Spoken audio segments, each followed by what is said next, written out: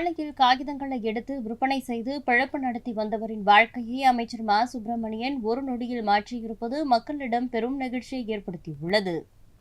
சென்னை கிண்டி பகுதியில் அமைச்சர் மா சுப்பிரமணியன் நடைபயிற்சி மேற்கொண்டிருந்த பொழுது அங்கு நின்று கொண்டிருந்த நபர் ஒருவர் அமைச்சரிடம் சென்று தான் திருச்சியை சேர்ந்தவர் எனவும் தனக்கு உறவுகள் யாரும் இல்லாததால் சாலையில் இருக்கும் காகிதங்களை எடுத்து விற்பனை செய்து பிழைப்பு நடத்தி வருவதாக தெரிவித்துள்ளார். மேலும் தனக்கு வீடு இல்லாததால் சாலையில் தான் தங்கியிருப்பதாகவும் கூறியுள்ளார். அவரின் நிலையை கண்டு பரிதாபம் அடைந்த அமைச்சர் மா சுப்பிரமணியன் அவருக்கு புதிய உடை வழங்கி தனது காரிலேயே வீட்டிற்கு அழைத்து சென்றார். பின்னர் அங்கிருந்து அந்த நபரை அரசு மருத்துவமனைக்கு அழைத்து சென்று உடல்நலத்தை பரிசோதனை செய்ய தனது உதவியாளர்களுக்கு உத்தரவிட்டிருந்தார். பின்னர் அந்த நபருக்கு அரசு மருத்துவமனையில் தற்காலிக அடிப்படையில் தூய்மை பணியாளர் பணியை வழங்கி அவரின் வாழ்க்கையை மாற்றியுள்ளார். அமைச்சரின் இந்த செயலை நெட்டிசன்கள் பலரும் வெகுவாக பாராட்டி வருகின்றனர்.